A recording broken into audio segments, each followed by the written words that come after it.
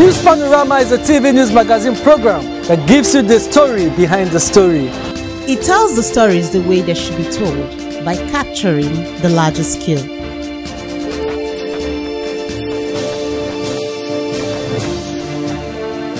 It deals with people's deep feelings on issues that, when brought to the fore, ultimately educates, informs and entertains. News Panorama. Capture the larger scale. Governments play a crucial role in shaping societies by establishing laws, providing essential services and ensuring the well-being of their citizens. They create the framework of social and economic activity, address market failures and promote public goods like education, healthcare and road infrastructure. While the extent and nature of government involvement are often debated, its impact on daily life is undeniably influencing everything from individual rights to the overall stability of the nation. This week on News Panorama, we'll be exploring the various aspects of government's impact on the society. It is a must-watch. Welcome and thanks for joining me on the program News Panorama. I am Josephine Efanga. News Panorama. Capture the larger scale. If you have just tuned in, you are watching News Panorama. As part of commitment of the present administration to provide access to roads in rural areas, the state legislature has passed the Cross River State Road Funds Bill. Our Assembly correspondent, Etina Wanaime, reports that as an executive bill, it was presented to the House by the leader of the legislature, Right Honorable Francis Asuko, and was passed following a report of the Joint Committee on Finance and Appropriation, Transportation and Marine Services, as well as Public Accounts. The report. Right Honorable Asuko in a debate said the bill is to provide funding for the construction, reconstruction, management and maintenance of Class B, C and D roads, noting that the bill also provides for the establishment of the Road Fund Board. The leader stated that when in place, the board will be responsible for the management of the funds, adding that the sources of funding include the state's internally generated revenue, Federation's allocation account, capital expenditure as well as road users charges, among others. This bill, which I'm presenting today, is just a step to show you the source of fundings which will be given into that rural roads and for its proper administration. This bill is an added requirement to strengthen and give proper standing to the Rural Access Road Law, which was recently passed by this Honorable House. Members of the legislature supported the creation of the fund for the benefit of rural dwellers, as it will provide access routes for transfer of goods and services, as well as other social amenities. If this is passed into law, it will aid the funding of the Road Maintenance Agency. It will aid the funding for rehabilitation and the construction of our rural roads. What really is interesting me in this bill, if passed into law, is the source of fund, not only from the European Union, but also from the state transport workers. When the government wants to focus on a sector, there are two things that come to mind. The first thing is deliberate, and the second thing is intentional. Those two words are words that I have learned in my previous travel. Mr. Speaker, what this bill shows to me is that the government is intentionally trying to create a passageway and a financial plan for something that is very important in this state, and we all know. For his part, the Speaker, Right Honorable Albert Ayambem, described road construction as a major catalyst for rural development and referred the bill to the Joint Committee on Finance and Appropriation, Transport and Marine Services, as well as Public Accounts. Cross River State Roads Fund Bill 2025, second reading. Dear colleagues, the Cross River State Road Fund Bill 2025 has been read the second time. This bill is committed to Chairman of Finance and Appropriation and your team, Committee on Transport, and PAC, Public Account. This joint committee should critically look at this bill and report to us by Wednesday next week.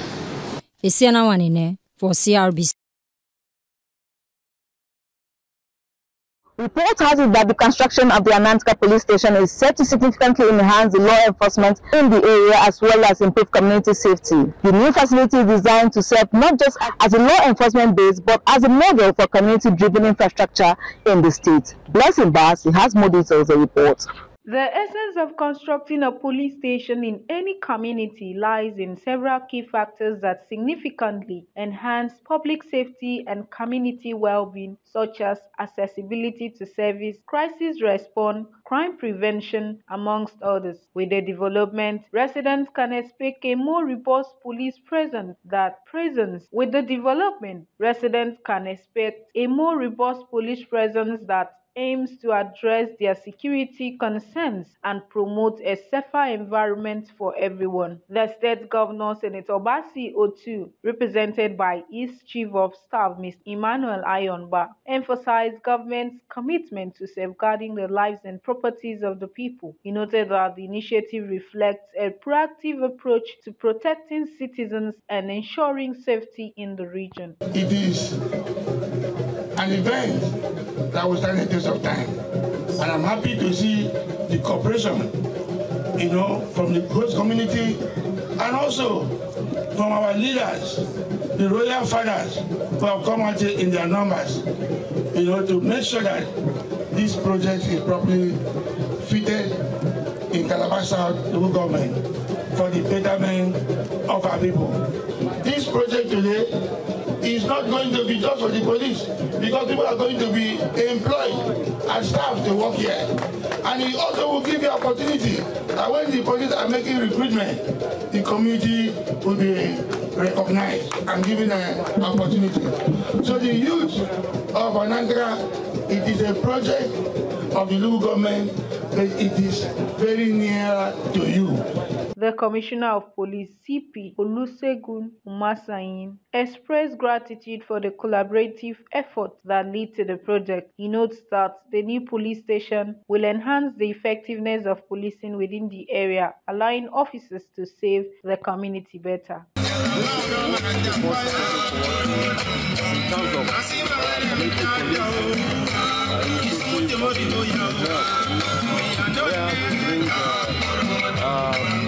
Crime fighting community. You can see the synergy and the partnership this effort of investing in police station to us, because they cannot do it alone. We need development partners like the local government and state government and I'm very happy. Research has it that with improved resources and facilities, law enforcement will be more equipped to handle challenges and provide support to residents. The Calabar South Council Chairman, Mr. Patrick Achibong, hailed the project as a new beginning of the community, highlighting its symbolic importance as a security agency. Your Excellency, this moment of glowing reflection of the People First mantra that you have inscribed on the heart of this administration, it is your vision, your passion for security, order and infrastructural advancement for that we are interpreting and localizing in Calabar South today.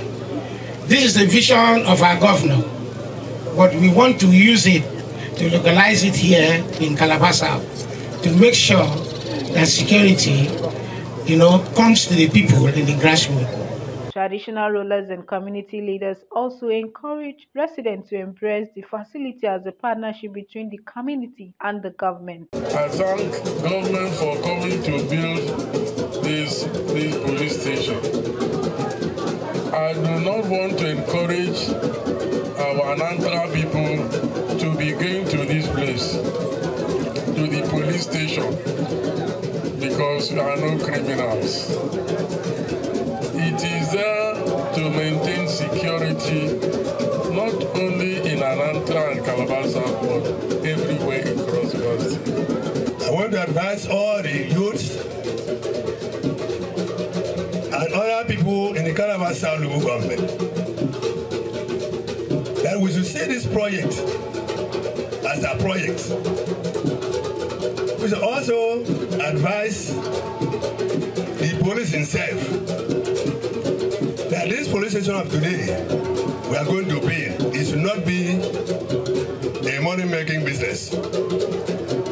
Let us get this in heart to be sure that we should do everything possible to show that we give peace a chance in Kalabasa local government. We are here to witness the groundbreaking of a proper thorough build of a police station by Honorable Patrick Achebo, the Kalabasa local government. That would actually help stamp out a lot of insecurity in the areas and through more understanding to people that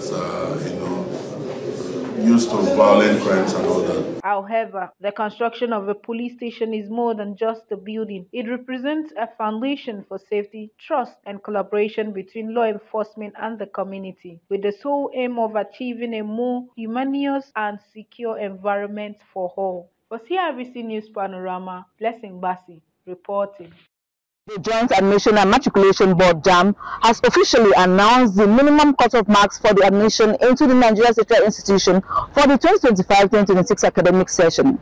According to the board, the cut-off point for universities is set at 150, while College of Nursing Sciences will admit candidates with minimum score of 140, and Polytechnics and College of Education are to accept at 100.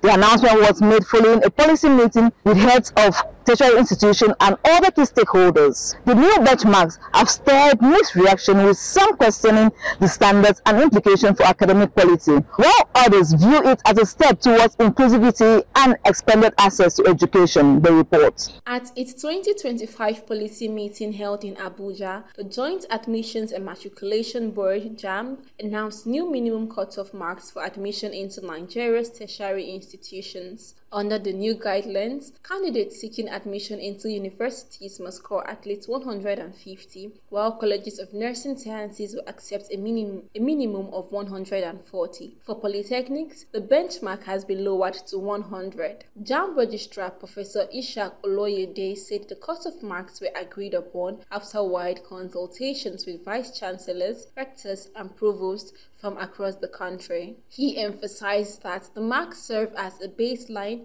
noting that institutions are free to adopt higher requirements but cannot go below the national minimum. He emphasized that the mark serves as a baseline, noting that institutions are free to adopt higher requirements but cannot go below the national minimum. The decision has sparked mixed reactions among education stakeholders. Some believe it is a positive step toward expanding access to education, particularly for candidates from underrepresented or undeserved regions. I don't think they are bringing the standard down.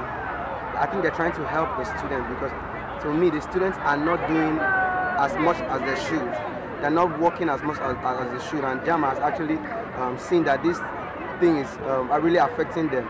So they want to see how they can actually help the students to gain admission. And even with this low cutoff point, you will still discover that some students are still finding it difficult to still hit this benchmark. So it's a good one. I'm someone that doesn't really believe in all these tests, use and quantify someone's knowledge. Knowledge has to do with, knowledge is vast. So it's a good one by JAMB. It's a very good one. It's going to encourage our young minds coming up. Most of them might have dreams of becoming a lawyer, a doctor, or any other good cause goes to them. Others argue that the move could undermine academic standards, warning that lowering the cutoff may compromise the quality of students admitted. As good as that can be, it's still way too low. We could understand that they're trying to see how the rate of students not being admitted is reduced. But to me, it's kind of bringing the standard down, whereby students can just now believe that with 150, all they want to study for is 150. Believing that with 150 they can easily get admitted, and that is why we have too many students in university today, and with just very little that are being serious. Despite the concerns, JAMB has assured the public that it will continue to monitor the admission process, adding that institutions are expected to implement internal screening mechanisms to ensure that only candidates who are truly qualified gain admission regardless of the UTME score. However, a cross-section of students complain about the stress of securing admission even when the cut-off point is made. For CRBC News Panorama, Ifeoluwa Ekpita reporting. The federal government has reiterated its stance on the minimum age for admission into the Nigeria Tertiary Institution, declaring that no candidate below the age of 16 should be offered admission into the universities, polytechnics or colleges of education. The announcement, which comes amid rising cases of underage applicants seeking early entry into higher institutions, has sparked conversations among parents, educators and stakeholders in the education sector.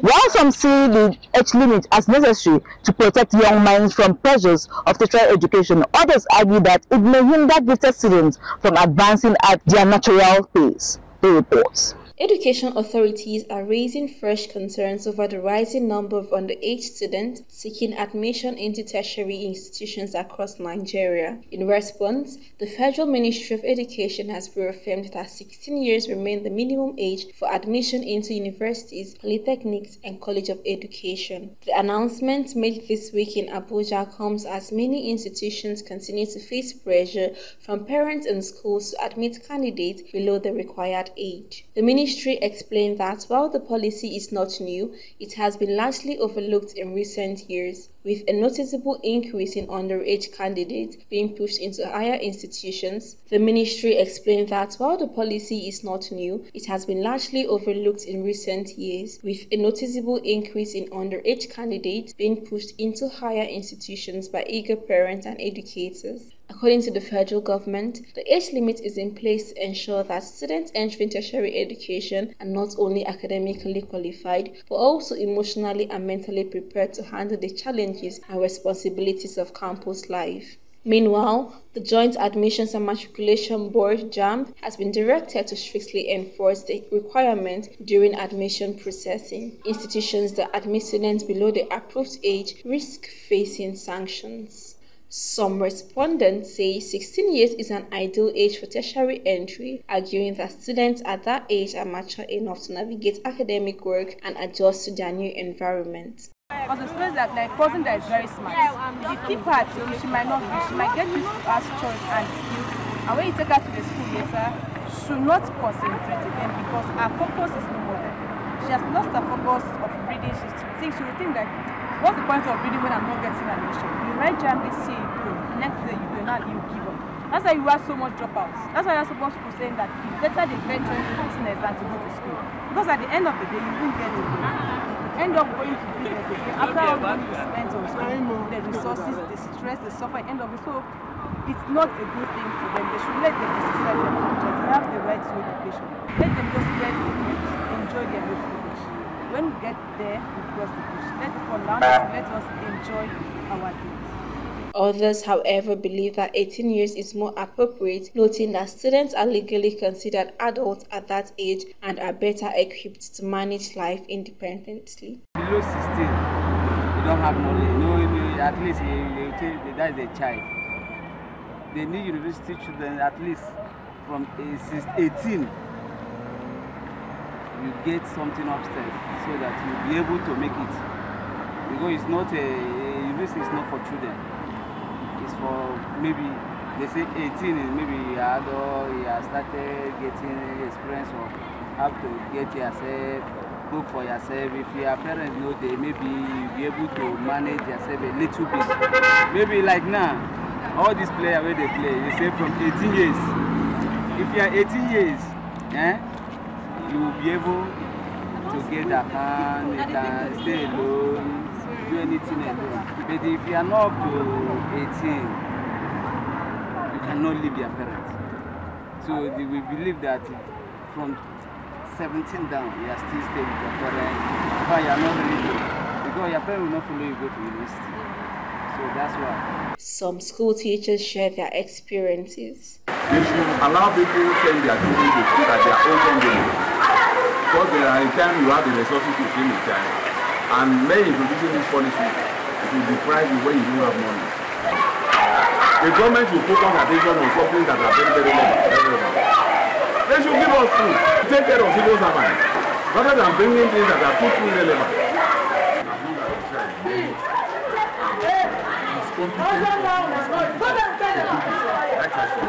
Irrespective of why do you delay the child? When you know that the child is okay, and you say 16 days.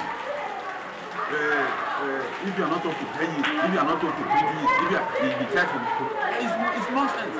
They should make policy that will benefit the masses. That will better the life of everybody. In response to the growing trend of fast-tracking students through school, the ministry is urging parents and guardians to slow down, stressing the importance of allowing children to develop at a healthy, balanced pace rather than chasing early success. For CRBC News Panorama, I am Ifyowan Ikbe-Ita. The Cross River State Indigenous Languages, Culture and Heritage Bill has passed second reading at the State House of Assembly. The bill seeks to establish a center that will encourage the use of indigenous languages and culture as a legacy to be handed over to the future generation. Our Assembly correspondent, Sinawane, tells us more. The report. Opening debate on the bill, Honorable Martin Zachado intimated that the bill is aimed at preserving the culture, languages as well as heritage of the people of the state to avoid extinction. The legislator stressed the importance of indigenous languages and the need to have a management system to recover, promote and preserve the state's languages and heritage, including monuments and antiquities. To rediscover, define, promote and preserve the indigenous language, culture and heritage of the various people of the state. To forge unity through indigenous languages among the various people of the state without eliminating the process existing cultural heritage. Supporting the bill, the Deputy Speaker, Honorable Sylvester Gabi, and some lawmakers said the bill will preserve the state's languages and culture, which is almost lost, by encouraging its use as a major identity of a people, adding that it will help upcoming generations. Our culture is almost lost in the dark because if you go to many houses today, most of our children that were even born here in Cross River, even some of them in their villages or their local government, their children cannot speak their common language. In modern days marriage, you discover that a man and a wife, unfortunately, they don't use the local language in teaching their children what to use. Mr. Speaker, though it's necessary to speak English, but it is not proper for our sons and daughters to shy away from their language. If we don't start down to start teaching our children on how to dress out with our traditional attires, very soon all those dressing will go into extinction. The Speaker, Right Honorable Albert Ayambem, spoke in support of the bill, saying that some indigenous languages and cultures are going into extinction and should be restored through its use. Dear colleagues, the Cross River State Indigenous Languages, Culture and Heritage Center Bill 2025 has been read the second time. This bill is committed to Committee on Culture and Tourism.